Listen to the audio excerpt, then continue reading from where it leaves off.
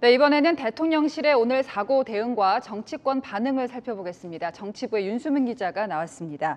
자, 앞서 저희가 좀 보여드렸습니다. 정치권이 일제히 참사 수습에 발벗고 나섰습니다. 그런데 대통령실하고 여야의 대처를 보면은 온도차가 확연히 느껴지는데요. 네, 맞습니다. 일단 대통령실은 이 속도와 적극성 측면에서 좀 다른데요. 네. 대통령실은 빠르게 그리고 적극적으로 대책을 발표하고 있는 반면 여야는 정부의 수습에 지원을 약속을 하면서도 내부 단속, 즉 몸조심에 더 신경을 쓰는 모양새입니다. 네, 저희가 하나씩 살펴보겠습니다. 예, 대통령실은 사고 발생 직후부터 수차례 대통령 지시 상황을 언론에 공표하고 있습니다. 윤석열 대통령도 그 수차례 회의를 주재하고 있거든요. 사고 발생 이후 12시간 동안 이 윤석열 대통령의 대응을 정리해 보겠습니다. 우선 대통령의 지시 총 7번 있었습니다. 사고 발생 1시간 정도 지나 신속한 구급과 치료를 강조하는 첫 지시가 나왔습니다. 네. 30분 뒤에는 응급병상을 확보하라는 추가 지시가 공개됐고요. 이후 차량과 인원 통제, 사고 현장 통제, 사고 수습본부 가동, 국가 애도기간 선포 등이 이어졌습니다. 그리고 대통령 주재 공식 회의는 3차례 있었습니다. 사고 발생 2시간 반 뒤 용산 대통령실 위기관리센터에서 첫 긴급 상황 점검 회의를 엽니다. 예. 새벽 2시 44분에는 광화문 정부 서울청사로 이동해 첫 중대본 회의를 주재하고요.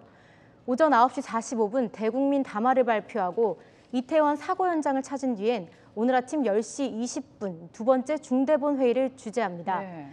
윤 대통령 아직까지 퇴근하지 않고 대통령실을 지키고 있습니다. 네. 오늘 대통령 담화 가운데 눈에 띄는 게 국가 애도 기간이었습니다. 국가 애도 기간 그동안 여러 참사들이 있었지만 이번에 두 번째로 선포한 거더군요.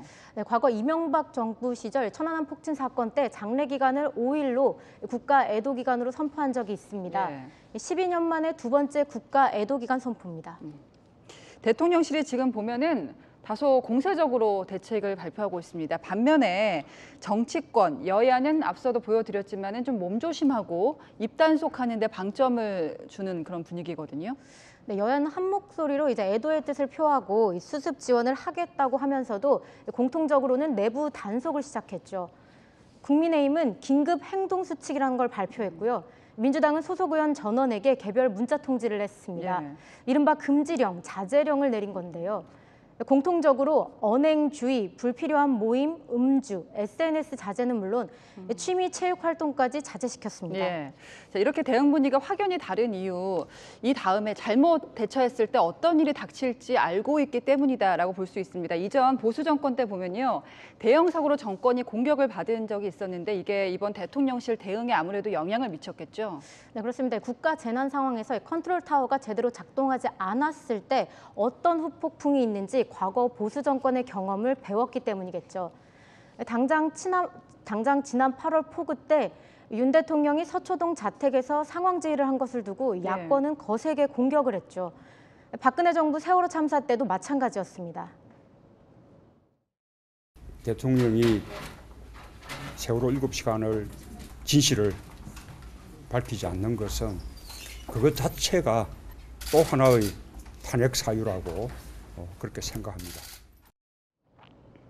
2008년 미국 수입 소고기 파동 때도 정부의 늑장 대처가 빌미가 돼서 이명박 전 대통령의 탄핵 운동과 촛불 집회가 일어났습니다. 예, 앞서 그 사례를 보니까 딱 이해가 되는데 결국 이런 최악의 사고가 나면은 누구에게 책임이 있는지 그 공방으로 번질 수밖에 없습니다. 그런데 대통령실에서는 그럴 여지도 주지 않겠다는 거군요. 네, 맞습니다. 이태원 참사에 대한 이 책임 공방은 불가피한 다음 수순인데요. 여야가 극도로 구설을 경계하며 의원들 내부 단속에 나선 것도 나중 책임 공방 때 상대방 공격에 빌미가 되지 않도록 하겠다는 건데요. 당장 오늘 이런 논란이 시작됐습니다. 남영희 민주연구원 부원장이 이태원 압사 사고는 청와대 이전 때문에 일어난 인재라며 모든 원인은 용산 국방부 대통령실로 집중된 경호 인력 탓이라는 SNS를 글을 올렸다가 삭제했는데요.